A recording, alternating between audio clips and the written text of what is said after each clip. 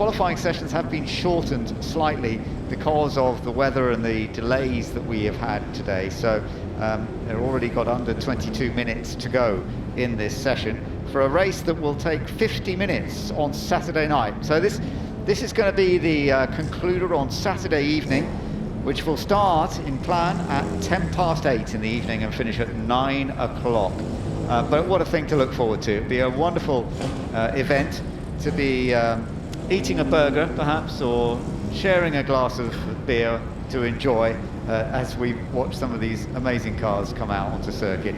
And you can see there's a big field of them. They're still coming out. There's a huge number of cars in this one. It'll be interesting to see what the total is actually once all of them are out there. But my sheet here is pretty full of all sorts of different cars. Alistair, I think we're going to enjoy this one. Yes, in one of the previews I was reading, this is one of the events that is reckoned to have a full grid of the new 61 limit that we've got here at Silverstone for this year.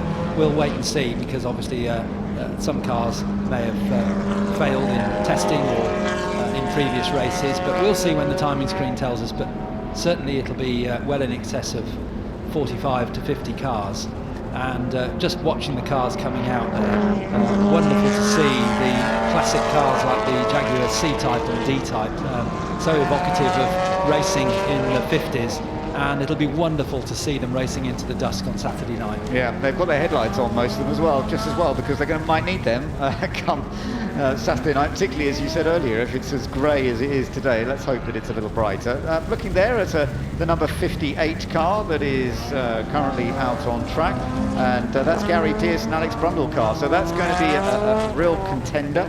That one runs in the Stirling Moss Trophy. It is one of the listers. This is the Lister Jaguar Costin, which is the slightly smoother shaped one in theory, isn't it? That's a Nobly, isn't it? Yeah, that's what so must have changed the car, I think. Yeah, because the Nobly was the sort of bouncy bodywork, if you like, wasn't it? Yeah. Do you know how it got its name?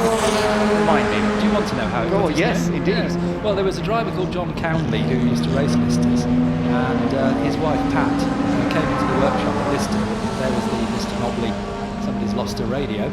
A Lister sitting there, and she said, "Oh, that's Nobly, isn't it?" And that's how it got its name. And unlike a lot of cars which were renamed much later on, the Nobly was always called Nobly. For that reason, that's actually a screwdriver. Yeah, it is. It is a screwdriver. Somebody's left a screwdriver out on the track, so that's a little unfortunate. But whether the marshals might be able to nip down, grab it at some point, we shall wait and see. Oh yes, look, it's come out number 10 car. That's the Lotus 10. Ah, right, okay. Bit unfortunate. Yes.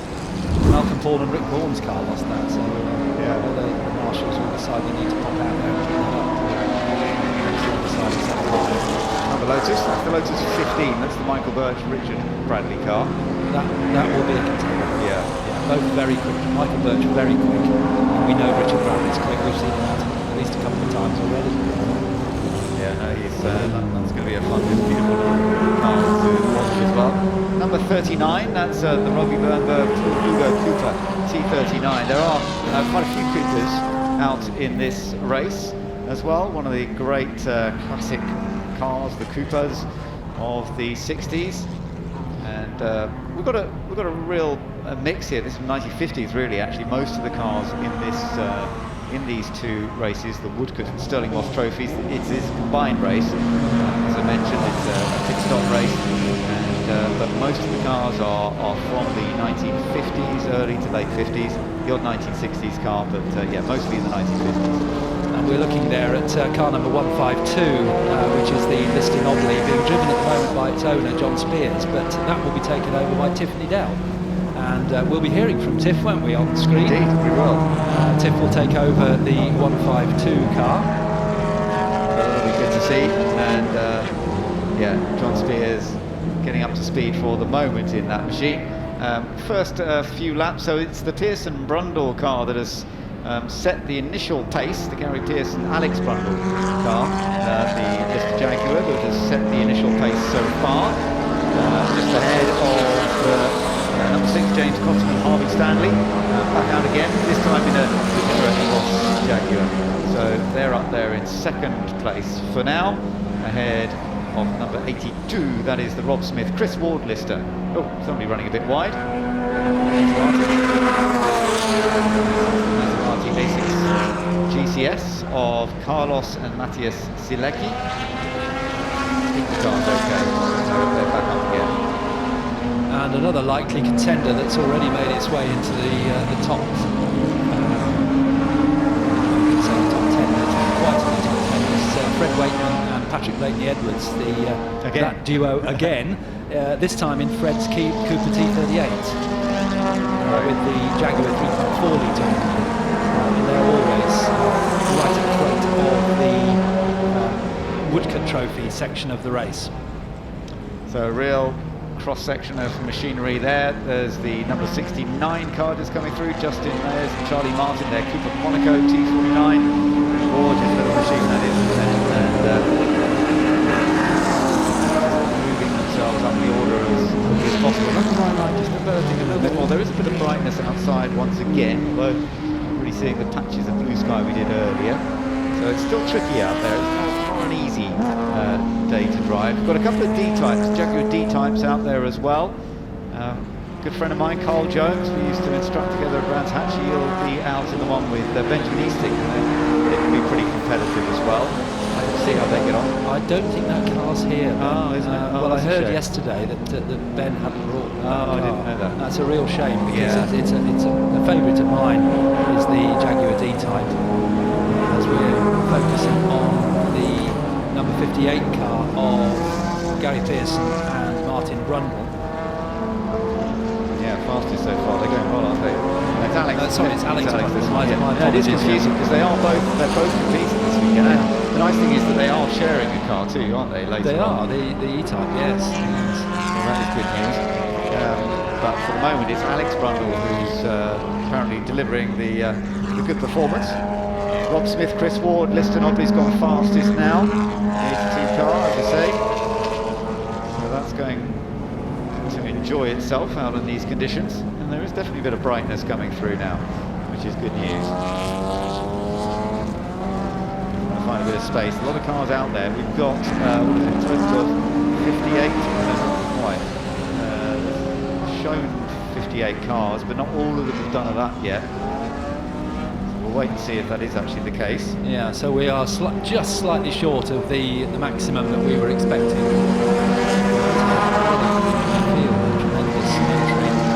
As we continue to watch the car that's currently second quickest, the 58 car, and the 82 car, which is the Smith and Ward quickest car, actually running together at the moment on the track. Chasing each other around, that's quite good in a way, isn't it?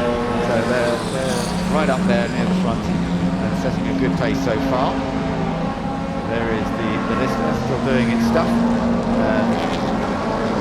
Brian Lister began building sports cars back in the early 50s, initially with NG engines, but they soon switched to the Bristol motor. Look, we've got an Austin Healey has pulled off. That's the Paul and Jonathan Mortimer car. It's the Austin Healey 104, the slightly less powerful one. We saw some of the 3000s out earlier on, but they've obviously got a problem because he's been getting out of the car, so that's a shame. Back to the front runners once again. Yes, so Brian Lister doing an amazing job to create these machines. They did use Maserati engines at one time as well, and then later on they worked around the Jaguar engines, of course, and that's what we see with many of the Listers now, is the Jaguar engine versions. Also run with a Chevrolet engine as well, a big powerful V8. But the Listers very successful in period, as you say, with Brian Lister building his #1 driver and great friend Archie Scott Brown used to drive for him. But sadly, he lost his life at Spa, and Brian Lister really lost his love of racing at that point because a number of other drivers lost their lives at around the same time. It was a very dangerous sport, and I think he just felt that's not where he wanted to be anymore. Understandably so, yeah, very sad indeed, as you say, Archie Scott Brown. He won the British Empire Trophy earlier that year as well, so tragic to lose him. But the Lister Jags have remained one of the all-time classic sports racing cars. They've been around for years and years, beautifully prepared, many of them.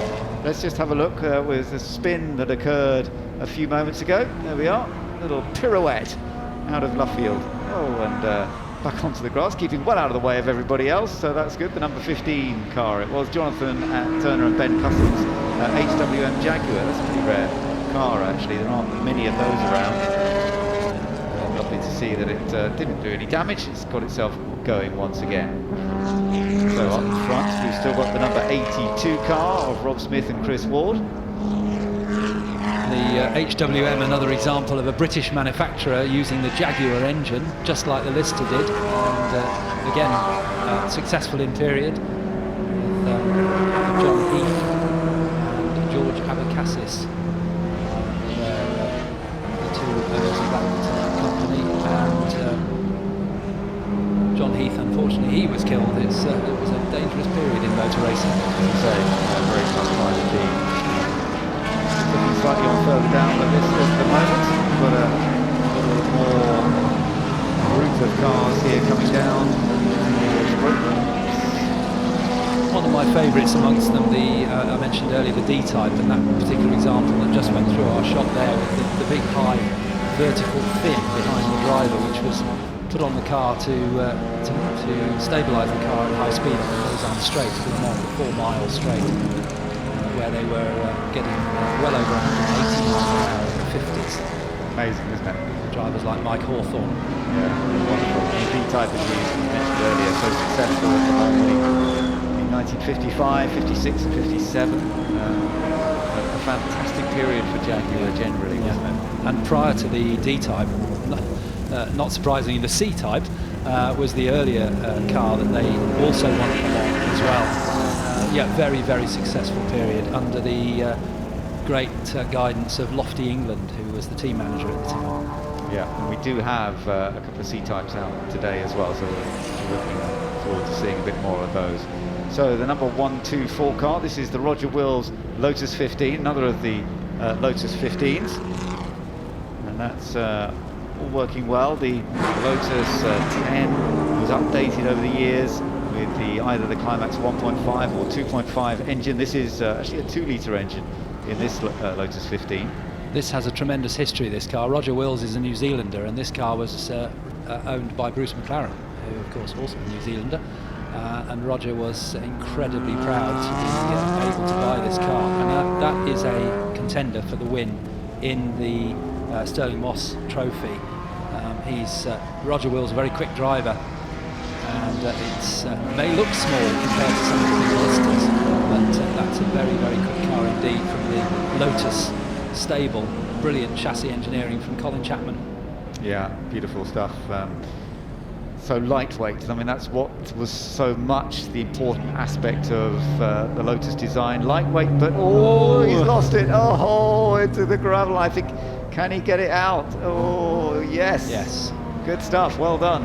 That was a bit fortunate in a way, but what a good time to be watching him. Did well to sort it out, and now pushing on once again. So Roger Wills there in the Lotus 15, just giving us a little demonstration of how slippery it is still out there, but he is 4th quickest at the moment, so doing a great job.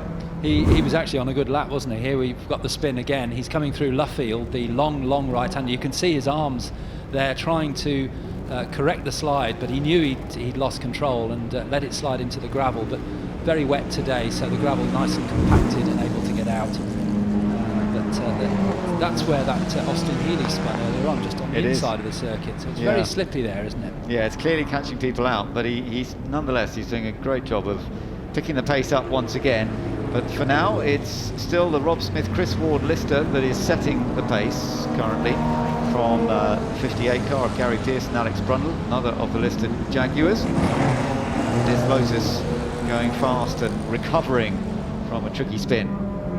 And he was actually on a very good lap there. We can see on our graphic that he did a purple first sector, which means he was fastest of anyone. But then he lost control in the second sector and spun, so that lap was ruined. The Cottingham and Stanley car, those names once again are in 3rd. Oh, they've just gone down to 4th because we've got a new fastest time from the 66 which is Sam Hancock in the Yeah. Mr. Nobly. He was a bit late coming out onto the track, actually. I don't know if he had a problem. There he is. There's Sam Hancock, and he's already delivered a very quick lap earlier on today in one of the other championships, but he's really on form, isn't he? He is, yes. A really accomplished driver in whatever he gets in. I think you said earlier about somebody else who put them in a car and they just go quickly, and Sam's of that type. He's very capable. He's using a wet line too, actually. It's interesting watching him there. He's definitely using the sort of non-standard line, trying to find a little bit more grip, whereas a lot of people are on the normal line, normal apex. Look at him, he's running it wide on purpose. He's trying to find a little bit more grip offline, and it's working for him. He's done a 2-minute 45.375. Sam Hancock has now set the pace so far in that Lister Nobly. That's another of the Jaguar powered cars, 1958 model, that one, and Sam going very well indeed. Top's corner, there's a bit of correction going on. A couple of more cars coming out onto the circuit at the same time. Last lap fastest so far. We'll see if there are going to be any improvements. Good first sector just now from the Pearson Brundle car, so that could be potentially up for going a little quicker. And also going well in fourth quickest. I just briefly mentioned them before we started talking about another car, and that's the Cotton Stanley Tajiro, with another car with a Jaguar engine. This run by the Écurie Cos team, which actually took one of those D-type wins at Le Mans as a private team. But we're very likely to see that car number 6 somewhere near the front of the grid, as we concentrate on Sam Hancock, who is the fastest at the moment, provisional pole position for the number 66 Lister Nobly. Yeah, we're still going to see some other drivers coming out. Don't forget, this is going to be a 2-driver race, and some of the quick drivers will be going second. So we shall just have to see who comes out when, as it were. They have to make a pit stop, get their other driver in. But it is quite a short session. I think most of the second drivers must be in their cars by now.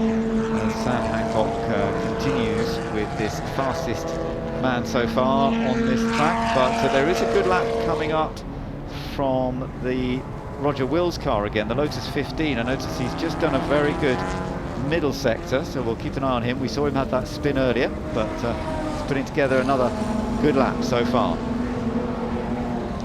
But once again, with 58 cars on track, or well, 56 I think according to our timing screen, actually running at the moment, it's hard to find a gap, isn't it?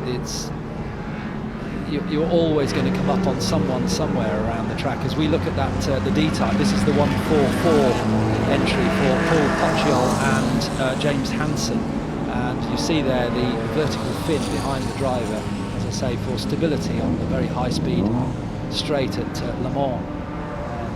It just sets off that car, in my mind anyway, as one of the absolute classic designs. Yeah, no, it is, you're right. Absolutely beautiful car.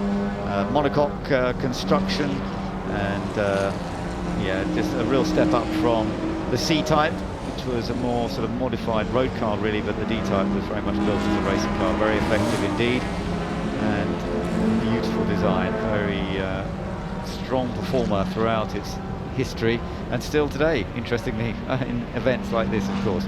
So there has been an improvement with Roger Wills. He's moved up to second in the Lotus now. So after he had that spin into the gravel trap, he's come back very effectively to go second quickest. But we can see there are some other drivers that, oh, got another spinner there. I think that was number 24, Thomas Ward, in his Jaguar XK120. You can just see him in the background there, having had a spin. Hopefully no damage done. I think he's probably going to be able to rejoin quite safely. I noticed that the John Spears Tiffany Dell Lister is currently up in 8th position, and there are some other improvements coming through. The number 21 cars just put in a pretty good lap. That's the Michael Birch, Richard Brantley Lotus 15 as well. So the Lotus 15s are working well in these conditions. Yeah, ideal really for them. Yeah. Not too much power, so not trying to get that power down onto the road. 2-litre engine in the Roger Wills car. Now Roger Wills, we're watching now, is one of the quickest cars on track. He's done the fastest first sector of anyone, and he's now making his way through sector 2. We'll see if he can do a good sector 2 time. Last time around he did a faster sector 1 time and then had a problem in sector 2 again. He got caught with some back markers, and once again his sector 2 time is not as good as he's done before. Just trying to string that lap together, Ben. You've done a bit of racing in your time. It must be very frustrating. It is when you've got traffic around, but it's part and parcel of it, isn't it? And he's just got to deal with it. But there's no doubt, on a track like this, when you've got a dry line, that's always hard, because if you meet the traffic on the dry line and you have to move on the wet stuff to get past, then of course you're going to lose some grip, and that is a bit frustrating. But he's doing a really good job. We've got only just over a minute. Lovely drift out of the last corner there, beautifully controlled, power on, accelerating up towards our commentary position. He's got a couple of cars up ahead of him, so again he might lose a bit of time here. He goes around the outside, has to go over the curb to make sure that he makes the move, but he does so quite cleanly and continues on the lap. He's going past one of the early Aston Martins there. He's now up into the very tight right and left at the Village and the Loop, and Roger Wills still making an effort to try and improve on his already front row starting position. He's alongside Sam Hancock right at the front, and we've only got 30 seconds to go, so it'll be his last lap. Another improvement for the number 21 car. That is Michael Birch, Richard Brantley, Lotus 15, and we've got a spinner there, the number 37 machine, Peter Haynes, in his Lotus 11. So Peter looks as though he's okay. He's just trying to see when the track is clear. Oh, maybe it's stalled because the marshals are over there to give him a hand. Yeah, push start, please, guys. And I noticed Roger Wills coming through the picture, so his lap will be spoiled again, so he's not going to improve. No, if it was under a yellow flag, that's a tricky one, no doubt about it. So it looks as though the times may well be set now. It looks as though Sam Hancock has set the pace here. Very impressive, 2 minutes 45.3, but a tiny margin over the Lotus of Roger Wills, who is second quickest. So Lister Jaguar versus Lotus front row. Then we're going to have another Lister, the Pearson Brundle car, which we're looking at right now. That is third fastest, so good stuff from them. Then another Lotus. So we've really got a mix of Lister versus Lotus up at the front end of the grid on both front 2 rows. Absolutely, yes, and totally different cars as well. The nimbleness and relatively small engines of the Lotus against the bigger engines and power of the Listers. And, we don't know who's in the Pearson Brundle car, but I'm just desperately looking at that helmet. I think that might be Martin Brundle. It's difficult to see whether it's got the blue and red flashes up the side, but it looks like it has, so maybe Brundle took the wheel for the second part of the session. So over the line. Alex Brundle, my apologies. Okay, no, it's fine. Again, no, it's easily done. Yes, Alex Brundle in this one, isn't it? But Hancock, I think, has got that pole position secure ahead of Roger Wills. There was a good effort as well for the Watson O'Connell, that Sandy Watson Martin O'Connell Lotus 11. They got up into 7th place, so well done to them. Also some other good efforts. We saw the 25 car, Richard Wilson and Martin Stretton. Oh, there unfortunately is the number 17, Carlos Matias and Matthias Aliki in their Maserati. Such a pretty car that. It's a shame we didn't get to see a little bit more of it actually on track. But it's wire wheels. Let's hope that they can get it sorted, whatever's wrong with it, and get him out for the race. So let's have a look. 56 cars set a lap time. There were 2 cars that were shown on our screens but didn't actually do a complete lap time, but it's still a remarkably sized grid, and that is going to be a wonderful event on Saturday evening, 8:10 it's due to start, going into dusk. Maybe those headlights will be on again as we see the long Saturday come to conclusion with what looks as though it's going to be a mighty race actually between the Lister Jaguars and the Lotuses up front, and then a real mix behind them as well of cars, things like Coopers and Allards, Aston Martins, all mixed in there to see what they can do. Let's hope that we get a good solid race out of it. So Sam Hancock on good form this weekend so far, and he has set the outright pace for the Royal Automobile Club Woodcote and Stirling Moss trophies in the number 66 car.